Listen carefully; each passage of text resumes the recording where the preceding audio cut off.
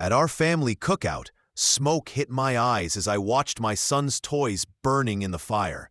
My brother was smiling. He needs to toughen up. I picked up my son and walked away. What I did next eventually had every one of them coming back, asking for my help. For years, my family saw me as the quiet one. But when my own brother destroyed my son's favorite toys and later forged my name on a fraudulent document, I understood that staying quiet wasn't peace. It was allowing disrespect. That was the moment I stopped being the quiet one. My name is Leo, and at 34, most of my family still describes me as the calm one. Not shy, not withdrawn, just the one who doesn't turn every dinner into a performance. I grew up in a loud house where whoever spoke the loudest usually won. For most of my life, I believed staying calm was my strength. But last weekend, I learned that people can mistake calmness for weakness. My parents love hosting big family barbecues. 3 generations, kids running around barefoot, and my mom trying to feed everyone like it's her mission. I usually go because my son Finn loves seeing his cousins.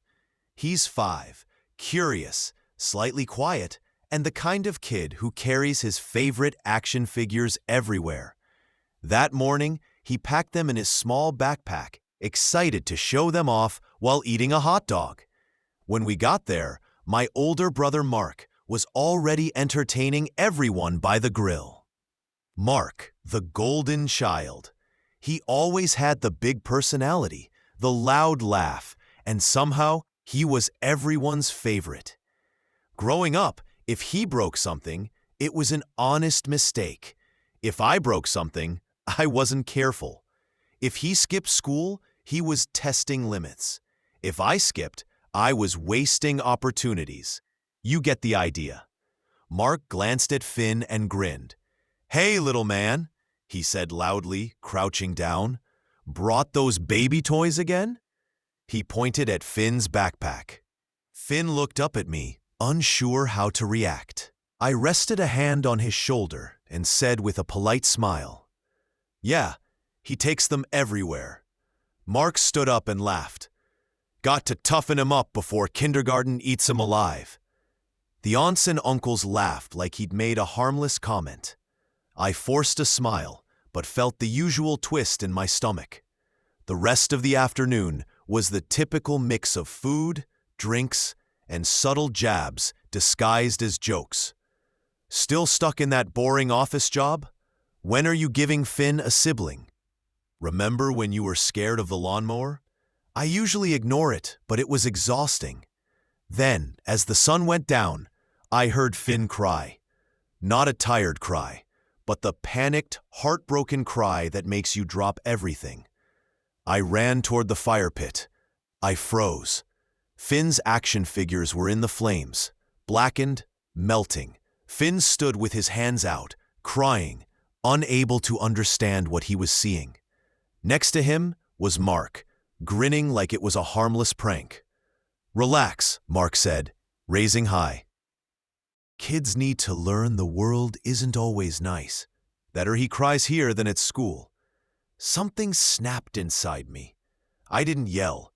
I didn't push him. I picked up Finn, grabbed our things, and walked to my car without a word. Behind me, I could hear my mom calling my name, my dad mumbling about me being too sensitive, and Mark laughing. The drive home was silent except for Finn's small hiccups. He clutched the one toy that survived because it had been in his pocket. At home, I wiped his tears and promised him we'd get new toys. He nodded, but was still shaking. That night, I lay awake replaying everything, and the anger settled into something sharp. The next morning, while making pancakes, I heard a knock. It was my dad, looking worried. "Leo," he said quietly, "I need to talk to you about Mark. It's serious." We sat at the table. "Mark's having trouble at work. A deal went bad. His boss is considering suspending or firing him." He waited, and I know you have connections there. Maybe you could help him out. Put in a good word." I stared at him. I couldn't believe it. Yesterday, my son's toys were burned as a lesson, and today I was being asked to help the person who did it. "You're serious?" I asked. Dad frowned at my tone. "Of course I'm serious. This is family. Mark's always been there for you." I almost laughed. "He burned Finn's toys yesterday. He made him cry on purpose." Dad waved his hand. "Kids cry. You cried when your uncle threw your glove on the roof. You turned out fine." "This isn't about crying," I said. "It's about respect. Mark crossed a line." Dad sighed. "Leo, don't make this bigger than it is. Mark jokes. You've always been sensitive." There it was, the word I had heard all my life. "Dad," I said clearly, "I'm not calling anyone. If Mark messed up at work, that's on him." His jaw tightened. "So you'd let your brother use everything over one mistake? Think about this family." For a second, I understood what he really meant.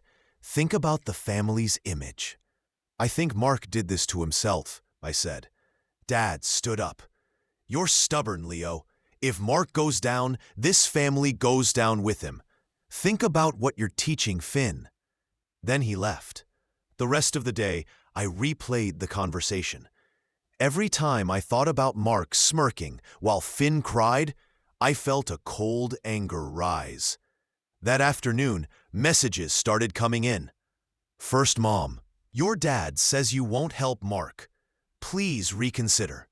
Then Aunt Carol, "Mark didn't mean it. Don't hold a grudge." By evening, even Mark texted, "Heard you're refusing to help. Real nice, Leo. Don't forget who taught you how to ride a bike." The group chats joined in, cousins asking why I was letting the family fall apart. Mom sending, "If you don't help, we might not be able to invite you next time." Too awkward. The next day, I bought Finn new toys. His smile returned, but he still held them carefully, like they might vanish again. That hurt more than anything. A few nights later, Mom called again. "Leo," she said sweetly, "your father and I are disappointed. Mark has a family. He was only teasing Finn. You need to let this go and be the bigger person." "Being the bigger person doesn't mean fixing Mark's problems every time," I said.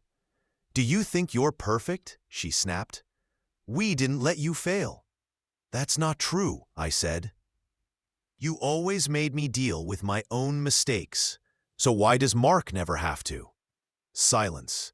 Then, "Because Mark is different. He has potential."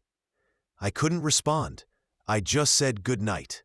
By the end of the week, it felt like a coordinated effort. Family I rarely spoke to were messaging me. My uncle wrote about forgiveness. My sister-in-law sent a photo of Mark looking stressed with the caption, "He's suffering enough." The more they pushed, the calmer I felt. Like I knew exactly what needed to happen.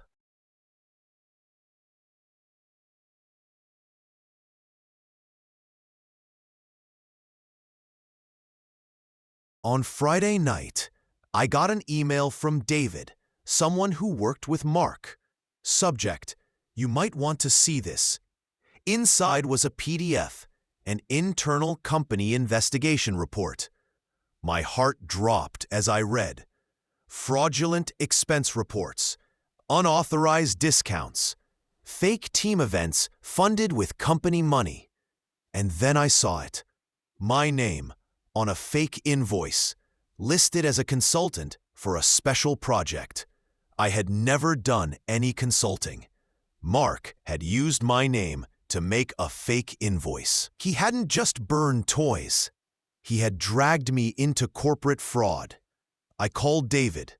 "Where did this come from?" "It's part of HR's investigation," he said. "Your name is on it. If this escalates, you could be mentioned. I'd sort this out now." After hanging up, I printed the report, put it in a folder, and called my mom. "Leo," she said, "please tell me you changed your mind." "Mom," I said, "did you know Mark used my name on fake invoices?" Silence. What are you talking about? I explained everything. When I finished, she said, "You must be mistaken. Mark wouldn't do that." "I have the documents." Another pause. "Well, I'm sure he thought you wouldn't mind. You've always helped him." I let out a small, bitter laugh. "Help him? He committed fraud. He put my name on it. And you still want me to protect him?" "You can't ruin his life over a misunderstanding," she said, unsure of her own words now. "I'm not ruining his life. He already did that." That night, sleep felt impossible. Childhood memories came back. Every time Mark crossed a line, every time my parents excused it. Now it wasn't just broken toys. It was forged documents. The next morning, I woke up to a text from Mark. "You've made your point. Call your friend and fix this before it's too late." No apology, respond to the message. No responsibility. It felt more like an just order the same than a entitlement he'd always as if had. I worked for him. By noon, Dad showed up again. He didn't knock. He walked straight in like he owned the place. Finn was sitting quietly in the living room. Dad gave him a quick glance before turning to me. "Leo, this has gone on long enough," he said, his tone firm. "Mark told me you're refusing to cooperate. Do you want him arrested? Do you want your own brother in court?" He admitted he used my name on fake invoices. "He told you that?" I asked. Dad didn't react. "Yes, and he said he'll fix all of it if you make one call." "Fix it? He committed fraud, Dad, and you want me to clean it up for him?" "He's family," Dad replied, as if that justified everything. "You don't turn your back on family." I stared at him, thinking about all the times Mark had turned his back on me, on Finn, on our lives, and how Dad always protected him anyway. "If you help him Dad's this time, jaw Leo, tightened. We'll make it right. Mark will apologize. We'll move past this." I shook my head. "Not this time." Dad's expression hardened. "Don't come crying to us when you're alone. You're making a mistake you can't undo." He left without even acknowledging Finn. That night, I sat at the kitchen table with the report laid out in front of me. I wasn't just angry. I felt betrayed. Betrayed by Mark for involving me. Betrayed by my parents for defending him no matter what. Betrayed by a family that only remembered me when they needed something. Finn walked into the kitchen in his pajamas and climbed onto my lap. "Daddy," he whispered. "Are you mad?" I held him close. "Not at you." He looked at the papers. "Are those the bad man's papers?" I froze. "What bad man?" "The man who burned my toys." Suddenly, everything made sense. I made a call. This wasn't just about not Mark to protect or Mark, invoices, but to meet with my lawyer friend Finn was learning from me. She would help clear my name completely. If I was going to be involved, it would be on my own terms. That's when the plan began forming. Rock bottom doesn't always come with a dramatic crash. Sometimes it's a slow descent until you realize there's nowhere lower to go. The morning after contacting Maya, the family group chat exploded. Over 20 messages overnight, screenshots, comments, even guilty voice notes from Mom. "Leo, we need to settle this before it's too late. Your father is furious. Mark isn't sleeping. Are you really fine watching your brother get humiliated? You're making it difficult for this family to trust you. If the neighbors hear about this, it'll be embarrassing for all of us." I muted the chat and went on with my day. Finn watched me carefully at breakfast. "Can we go to the park after school?" he asked.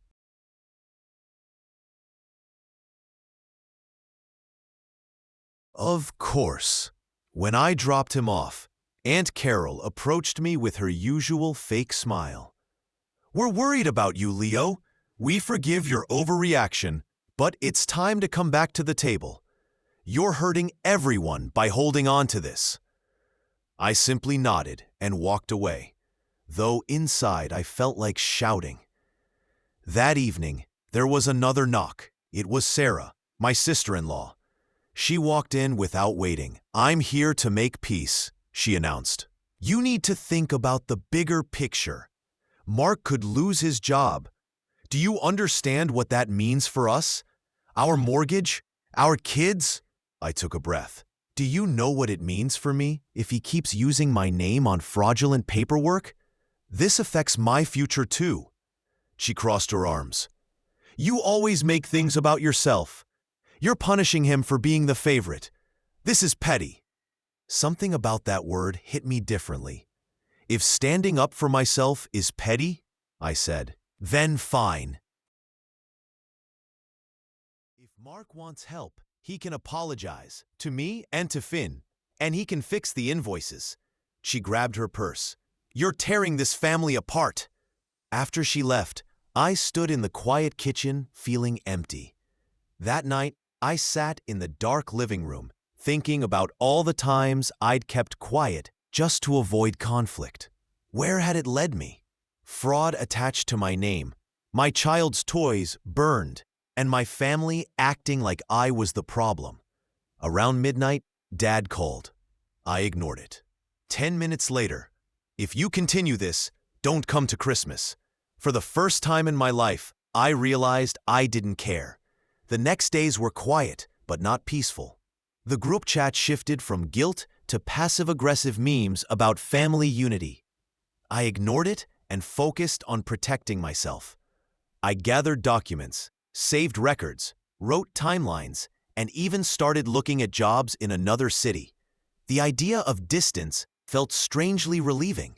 One evening, Finn came over while I sorted papers. He handed me a drawing of us holding hands with a sun above us. In the corner was a scribble of fire with a sad face. That's the fire, he said. But see, we're okay. I swallowed hard. We are. For the first time, I felt steady. Rock bottom wasn't the end. It was something to push off from. Then, Mom called again. Leo, your brother might get fired tomorrow. If you have any compassion left, now is the time. After this, there's no going back. She was right. There would be no going back. Then maybe it's time to stop going back, I said calmly. She went silent, shocked.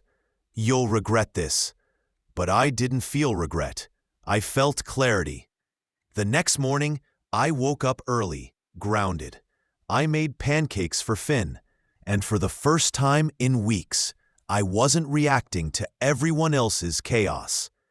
Maya emailed me a draft letter to formally notify Mark's company that I had no involvement in the invoices. They confirmed I signed it wouldn't and be implicated in the investigation. The weight on my chest eased instantly. I started running again. I worked on old projects. Finn and I took small trips, parks, the library, the zoo. Slowly, the hollow part inside me began filling. The family chat went quiet. Maybe they realized guilt wasn't working, or maybe they were waiting. Then I got a call from the head of operations at Mark's company. She thanked me for my professionalism and even asked if I was open to consulting. I wasn't expecting it, but we had a long conversation. A few days later, they offered me a contract. Flexible hours, better pay than anything I'd had before. For the first time in years, I felt excited. Even Finn seemed lighter. He played more, talked more, brought his toys out again. Things were shifting. Later, Mom called again, this time with worry, not anger. Mark was placed on unpaid leave. She asked if I was going to help. No, I said, calmly. For once, she didn't. Work picked up. A former client of Mark's reached out and hired me for a major contract review. Suddenly, I wasn't just surviving this situation, I was growing from it. Every opportunity was mine, not borrowed through family connections. The family dynamic shifted too. A cousin messaged support. An aunt liked one of my posts. The silence didn't feel like judgment anymore. It felt like watching. Soon, I was earning enough to consider moving. I started looking at houses in quieter neighborhoods where Finn could play freely. Then, one evening, while Finn chased fireflies, I got a message from Mark. "Congrats on your new gig. Must be nice to profit off my misery." I replied, "No, it's nice to profit off my own work." And for the first time, I realized I wasn't on the defensive. I was choosing what happened next. But rising wasn't enough anymore. It was time to ensure no one dragged me or Finn through this again. Momentum grew. More contracts. More meetings. I was invited to a quarterly review meeting at Mark's company as an independent advisor. In that meeting, they discussed policy violations, falsified documents, client complaints.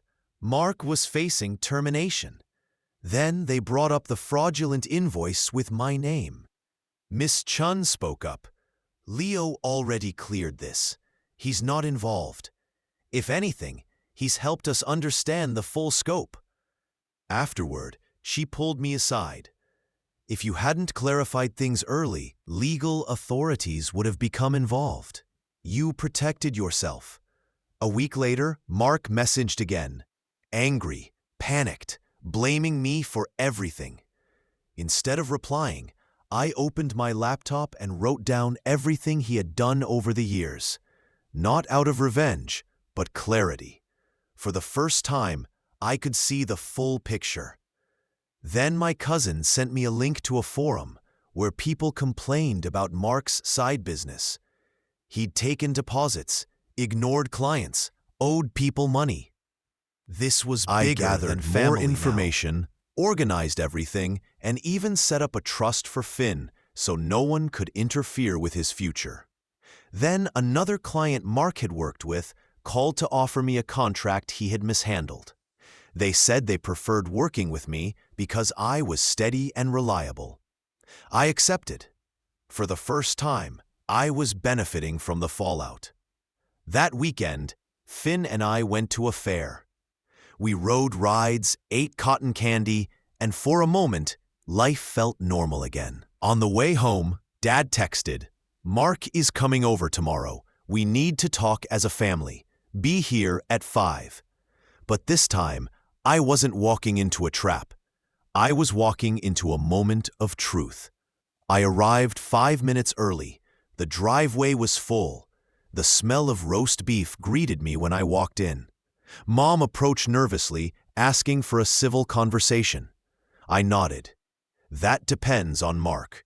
Mark sat at the head of the table, looking tired, but still carrying that old arrogance. I didn't sit. Glad you showed up. Instead, I placed a manila folder on the table. "What's that?" Dad asked. "Documentation," I said. Mark smirked. "Go ahead, little brother." I laid out the letter clearing my name, my statement on file acknowledging I had no role in his actions. Then I set printed complaints from the business forum on the table. "These are all public. If you try to pull me down again, I won't say anything. I'll let your customers speak for me." "Are you threatening me?" he asked. "No," I said calmly. "I'm making sure you can't use me again." Dad tried to stop me, but I continued. I talked about years of being dismissed, mocked, and blamed. I talked about protecting Finn.